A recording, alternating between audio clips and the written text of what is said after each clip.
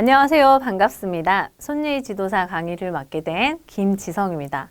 여러분들과 함께 손예희 지도사의 개념과 이해에 대해서 이번 시간에 살펴보도록 하겠습니다.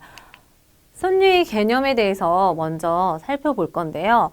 여러분들 손예희는 어떤 거예요? 손예희는 손으로 노는 거 아니에요? 라고 말씀하실 텐데요. 맞습니다. 손예희는 손과 아이들과 함께 동작을 함께 해서 아이들과 함께 플레이를 하시는 거예요. 그래서 손예희는 과연 어떤 건지 이번 시간에 살펴보시고요.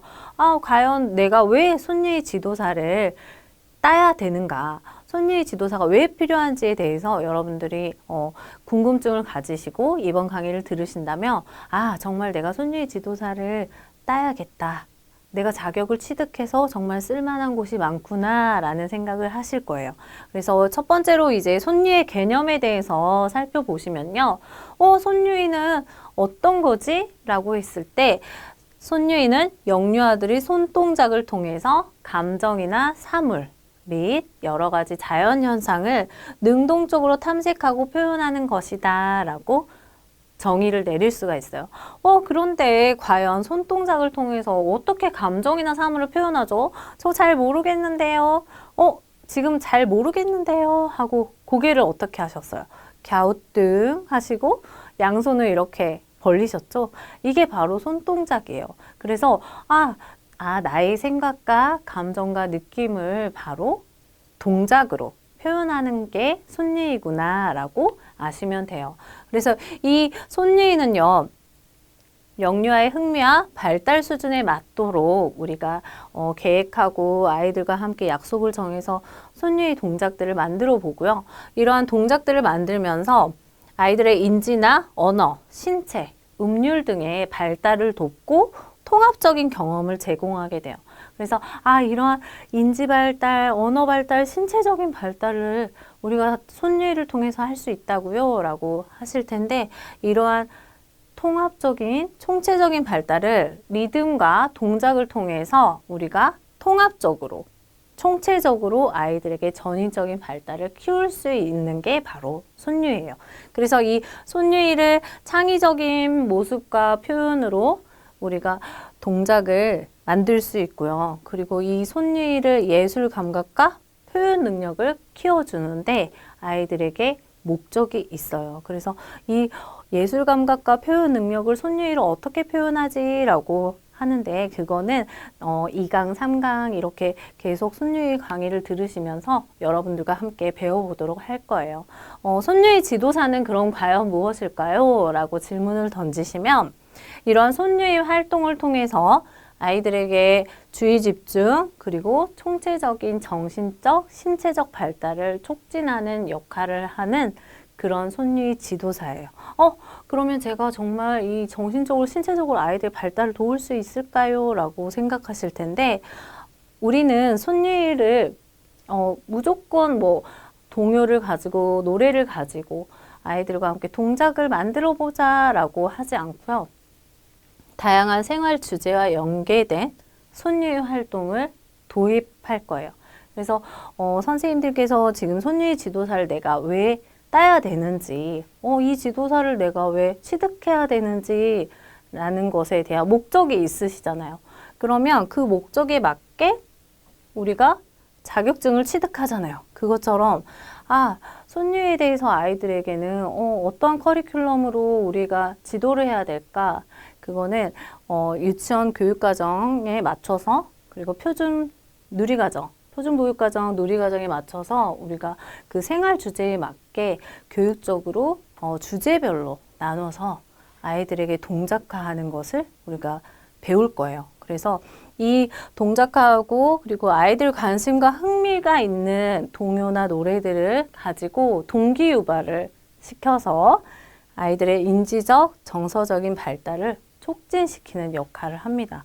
그래서 손예희 지도사는 저처럼 노래를 못 부르고 율동도 못하는 사람은 어떻게 하나요? 라고 하실 수가 있는데 아이들에게는 노래를 유창하게 정말 전문가처럼 불러서 전달하는 그런 노래가 아니고요. 선생님의 정말 안정된 분위기에서 아름다운 목소리, 그리고 바른 자세, 이러한 요소들을 조금 갖춰서 아이들하고 즐겁게 상호작용하면서 노래를 부르시는 게 중요해요.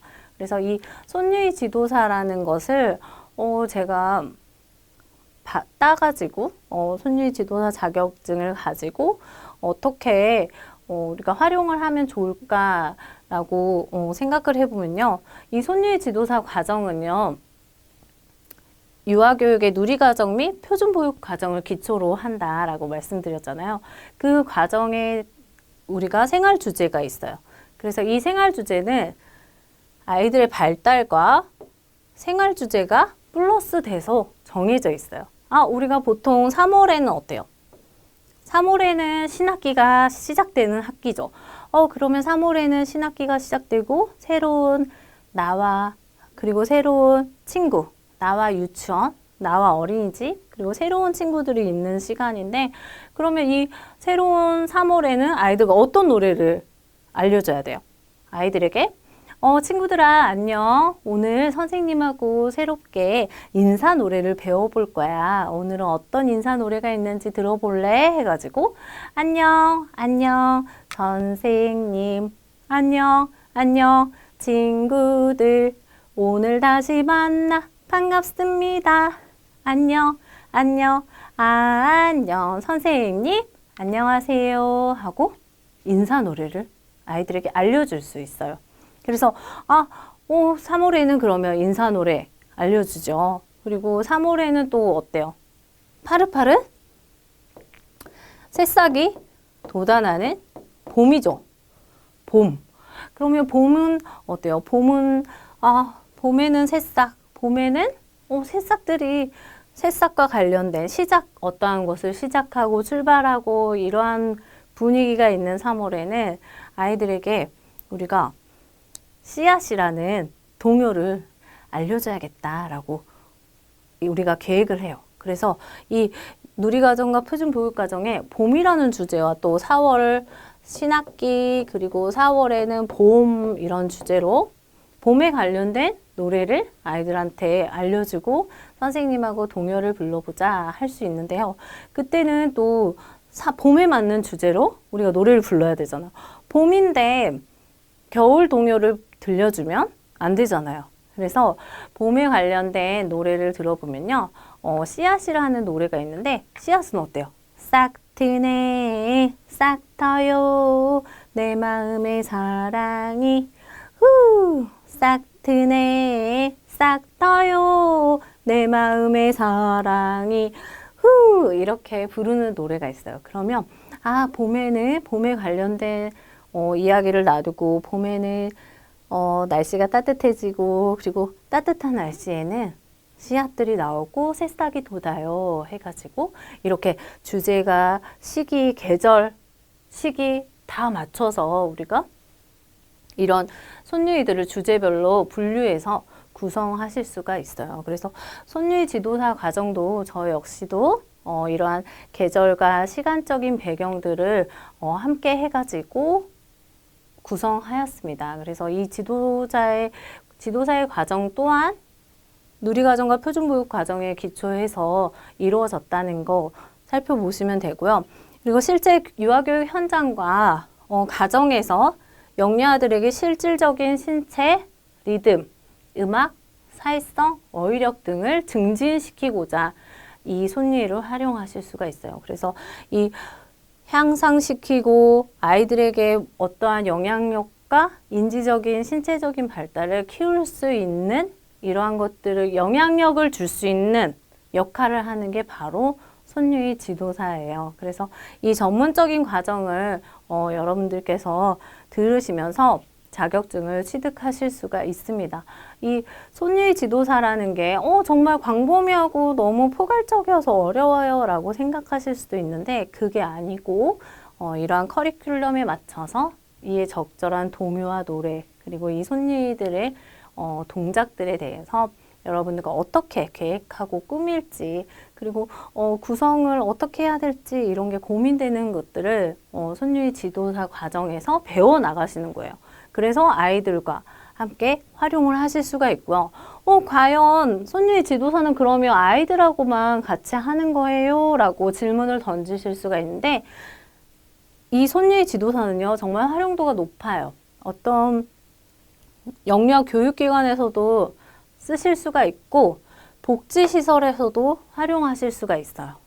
복지시설, 사회복지사나, 우리가 여기 보면, 노인, 실버타운, 노인들이 우리가 자주 요즘에는 실버유이라고 해가지고 노인들이 가시는 곳 뭐예요? 뭐 노인 유치원 해가지고 우리가 요새 노치원 이러잖아요. 그것처럼 노인 유치원, 노인들이 오시는 곳, 노인 주간보호센터나 제가 노인복지센터도 있죠.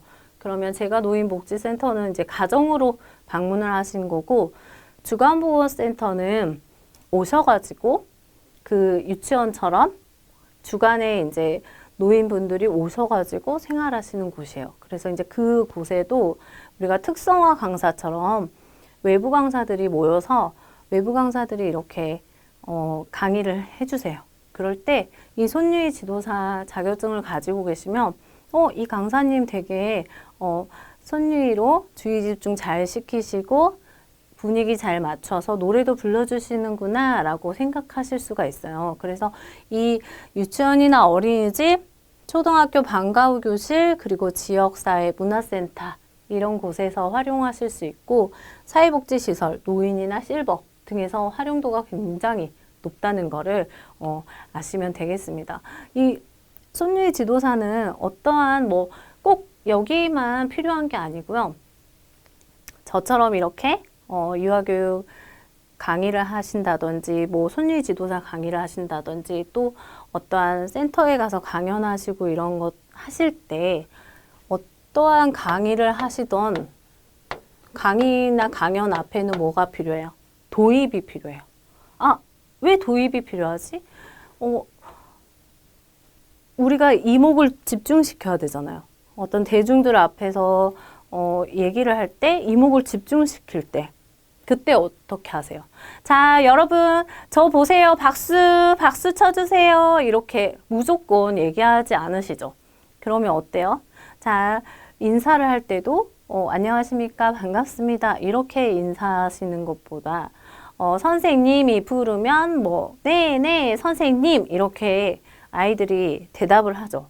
그런 것처럼, 우리가 어떤 자리에서 인사를 하실 때, 선생님을 박수로 맞이해 주세요. 이렇게 누군가 사회자가 얘기해 주지 않은 한, 그때 우리가 스스로 자기를 PR을 해야 돼요. 그렇기 때문에 이러한 손유희를 가지고 안녕 선생님, 안녕 친구들, 안녕하세요. 친구들과 인사를 잘하는 선생님 김지성입니다. 박수로 맞이해 주세요 하고 인사했을 때 어때요? 저 선생님 굉장히 괜찮다라고 얘기할 수 있잖아요. 그렇기 때문에 어떤 자리에서 도입하실 때, 주의 집중을 시키실 때 굉장히 활용도가 높아요. 그래서 유치원 교사나 보육교사나 이런 자격증 사회복지사를 가지고 있는 분들 외에도 손유희 지도사를 가지고 있으시면 굉장히 다용도로 활용하실 수가 있어요. 그래서 이 손유희 지도사라는 것에 대해서 조금은 이해가 되셨죠? 손유희를 이제 이해해 봅시다. 손유희는 영유아 발달 과정 속에서 손유희를 보시면 영유아가 양적, 질적으로 변화하는 과정이에요. 그래서 아이들이 양적으로, 질적으로 어떻게 과정이에요? 양적은 뭐예요? 아이들이 신장, 체중, 어휘력에서의 변화예요. 우리가 신장이 점점점 커지고 아이들이 36개월 정도 됐을 때 거의 100cm 되는 것 같아요. 1m. 네. 아이들이 36개월 됐을 때 100cm 정도 되고, 그리고 아이들이 돌 때 어때요? 돌 때 우리가 속된 말로 돌떡 돌린다 라고 하잖아요. 그때 돌 시기가 되면 아장아장 걸을 수가 있어요. 그래서 걸어 다니기 때문에 그때 걸음마가 시작되기 때문에 돌 때는 돌떡을 돌린다 라고 이제 이야기가 나왔는데, 그런 이제 양적인 변화들이 굉장히 크죠. 그리고 어휘력에서는 어때요? 우리 아이들이 어휘력이 폭발적으로 시작되는 시기가 18개월이에요. 그래서 18개월이 되면 우리 아이들이 기존에 이제 그동안 들었던 말을 기억했다가 그거를 언어로 표현을 하죠. 그래서 항상 우리는 듣기가 먼저 돼야 되는데요. 아이들이 엄마라는 단어를 얘기하는 게 몇 번을 들어야 엄마라고 얘기할 수 있을까요? 엄마라는 단어를 최소 1000번 이상 들어야 이 아이가 엄마라고 얘기할 수가 있대요. 그래서 이 18개월이 되었을 때 아이들의 어휘력이 폭발적으로 향상되는 시기잖아요. 그 시기에 정말 내가 뭐 가방이라는 단어를 알려주고 싶다 싶으시면 가방을 거의 1000번 들려준다 생각하시고 얘기하셔야 돼요. 그래야만 우리 아이가 아, 가방이구나 라고 발음하고 말을 할 수가 있어요. 요즘 뭐 언어가 너무 늦어요. 아이들이 저희 아이는 왜 말이 늦을까요? 라고 얘기를 하는데 이러한 1000번의 자극이 있어야만 한 단어를 얘기할 수 있구나 라는 것을 좀 참고하시면 좋겠어요. 언어가 늦는다고 뭐 걱정하시는 것보다는 그 아이에게 좀 더 내가 정말 한 단어를 1000번 정도 얘기해 줘야겠구나 라고 생각하시면 훨씬 내가 그만큼 아이에게 상호작용이 없었기 때문에 우리 아이가 언어가 느린 거구나 라고 생각하실 수가 있어요.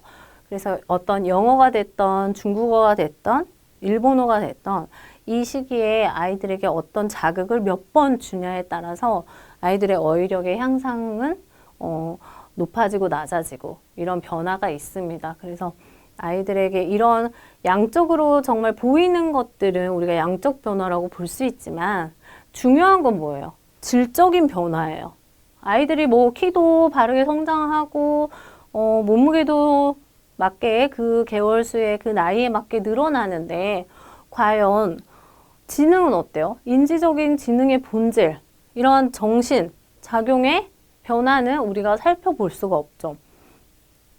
그 정신작용의 변화, 인지적인 것들을 아이들이 어휘력에서 나타낼 수가 있는데 이 어휘력도 느리고 질적인 변화도 느리다면 그 아이의 발달 과정의 성장은 굉장히 느리게 되는 거예요. 그래서 이 질적인 변화에 대한 우리가 뇌 자극을 줘야 되죠. 뇌 자극을 굉장히 잘 줄 수 있는 부모, 교사가 되어야만 우리 아이들을 질적으로 변화시킬 수가 있는 거예요. 그래서 이 손유이는 아이들 발달 과정을 돕는다라고 생각하시면 쉽게 이해가 되실 텐데요. 아이들의 발달 영역을 세 가지 형태로 나눠보면 첫 번째로는 생물학적 발달이에요.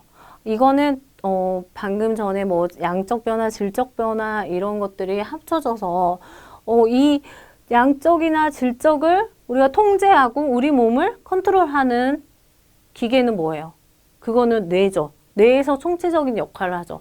이 뇌에서의 뇌 발달, 뇌와 신경계 그리고 이 근육, 감각 능력이 과연 행동에 얼마만큼 영향이 있을까? 그런데 이 우리의 뇌는요, 계속 어때요? 시냅스가 연결돼야만 인지 발달이 활발하게 이루어지잖아요.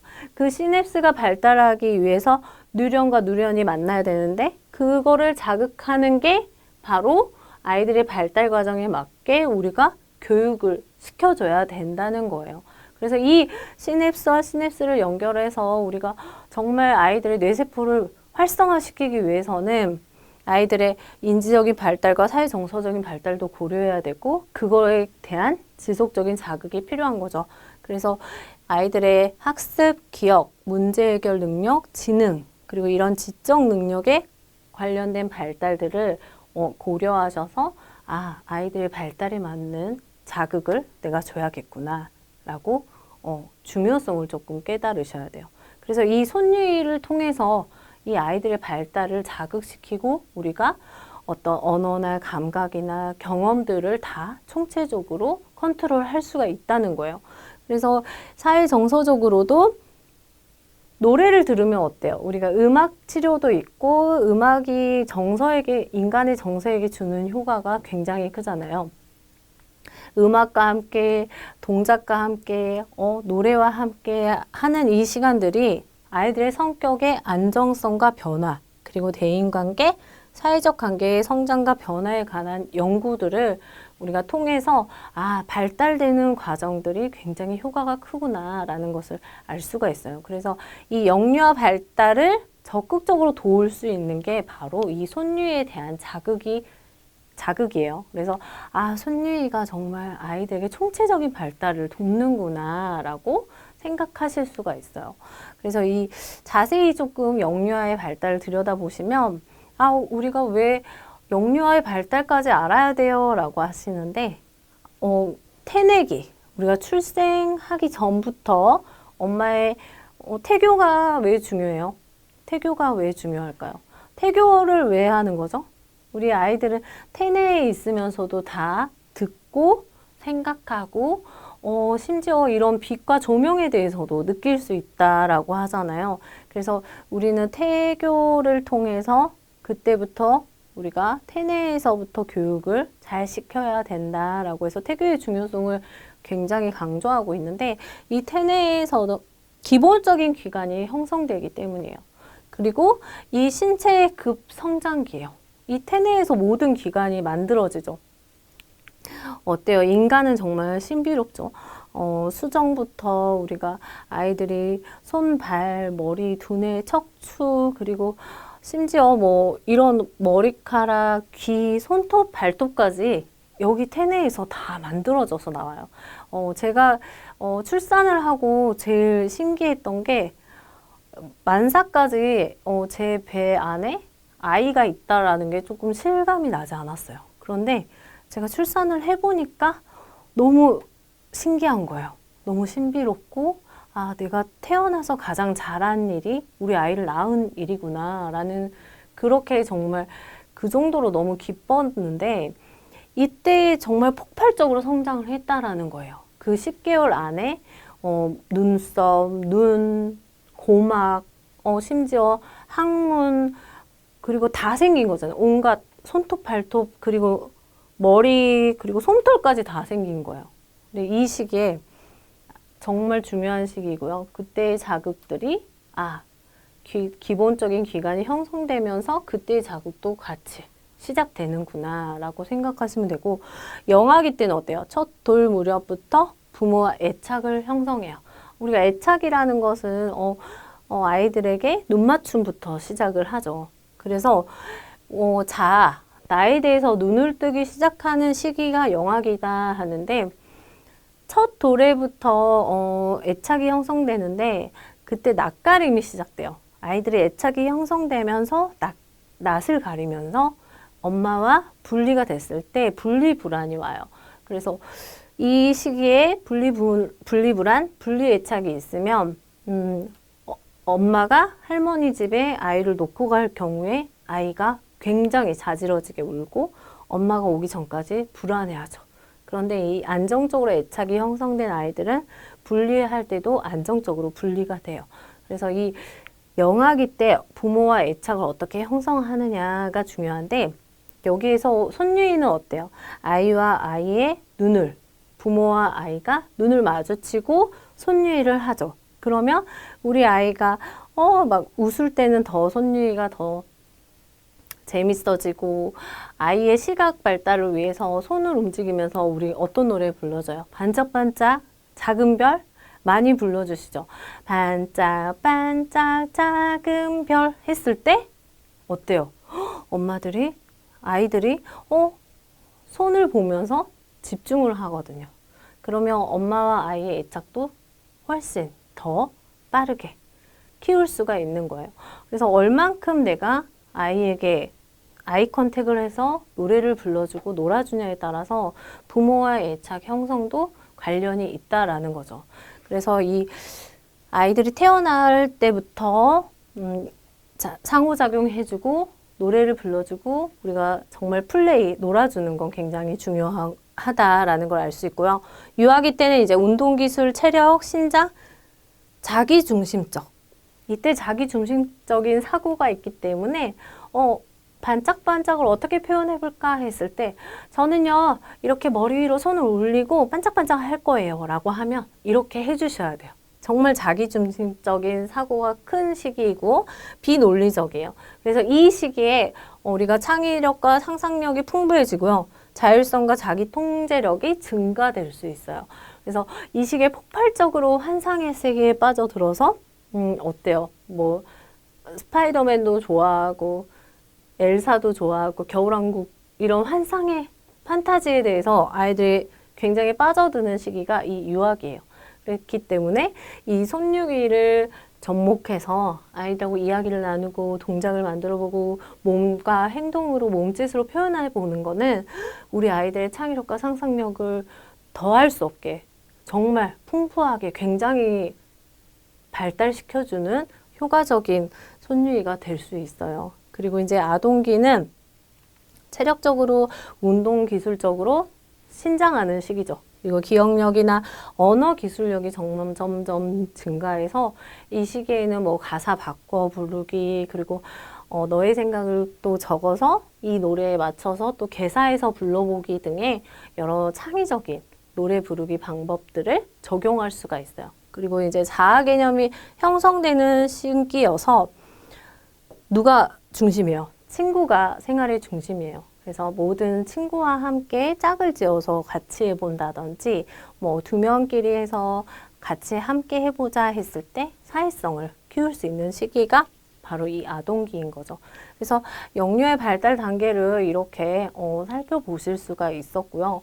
정말 내가 영유아를 어떻게 이해하냐에 따라서 이 손유이를 접목시키는 과정들이 달라져요.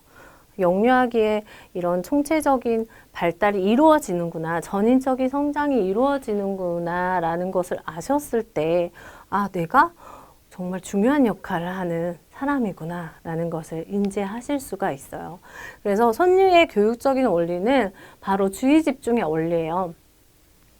이런 동작과 리듬을 통한 수업의 생동감을 우리가 느낄 수가 있고요. 교육 내용의 효과적인 빠른 전달로 이런 노래나 뭐 어떤 인사 노래도 선생님이 인사 노래 하는구나. 뭐 간다 골목길로 간다 갈라 화장실로 간다 띠띠 빵빵 랄라랄라 자동차 얘들아 우리 자동차처럼 달려가 볼까? 해가지고 막 우리 달려갈 수도 있고요. 칙칙폭폭 해가지고 기차처럼 갈 수도 있고 어떠한 내가 교육을 해야 되는 메시지를 빠르게 전달할 수가 있어요. 그리고 이제 손유이를 여러 가지 방법으로 창작해 봄으로써 창의력과 감수성, 상상력, 표현 능력을 향상시킵니다. 정말 이 손유이를 적절하게 활용을 잘 하시면 수업의 질이 높아지고요. 그리고 어떠한 참여도도 향상돼요. 그래서 한 번 하게 되면 너무너무 즐겁게 계속 반복해서 하시게 돼요. 그리고 반복적인 리듬을 아이들이 좋아하기 때문에 반복적인 것을 계속 불러줌으로써 아이들에게 흥미를 유발시킬 수가 있어요. 그래서 어떠한 아까 도입이라고 제가 말씀드렸는데 아이들에게 이제 주의 집중을 하는 이유는 동기 유발이에요. 동기. 어떠한 동기를 내가 주었을 때 정말 아이들이 집중해서 수업에 참여할 수가 있잖아요. 그래서 모든 호기심이고 동기가 생겨야만 우리가 행동하게 되잖아요. 선생님들께서도 지금 손유이 지도사를 내가 자격증을 취득해야겠다 하는 어떠한 동기가 있으실 거예요. 그래서 이 손유이라는 것을 어떠한 동기적인 초점으로 보셨을 때 정말 이런 수나 크기, 형태, 비교 등의 기본적인 인지 개념도 높아집니다. 그래서 이러한 주의 집중 원리는 동기와 연결된다라는 것을 보실 수 있고요. 그리고 타인과의 사회성, 그리고 짧고 쉬우며 긍정적이고 아름다운 언어로 감정을 인식할 수가 있어요. 그래서 아이들에게 동기부여 및 흥미 유발, 주의 집중 기억하시고요. 손유이를 통한 자존감 향상과 자기 자신을 사랑하는 방법을 터득하게 돼요. 나의 몸과 나의 이런 노래, 그리고 내가 해낼 수 있구나. 내가 아름다운 목소리로 노래를 불렀을 때, 손유이를 따라했을 때 나는 할 수 있구나 라는 것을 알 수가 있어요. 그래서 이번 시간 1강에서는 학습 정리를 해보면요. 손유의 개념과 손유의 이해에 대해서 여러분들과 살펴보았습니다. 여러분들께서 손유의 개념, 지도사 과정의 전망 등을 참고하셔서요. 우리 아이들에게 손유의는 과연 어떻게 이루어지고 교육적으로 어떻게 접근하면 좋을지에 대해서 살펴보시면 좋을 것 같습니다. 네, 다음 강의에서 뵙겠습니다. 감사합니다.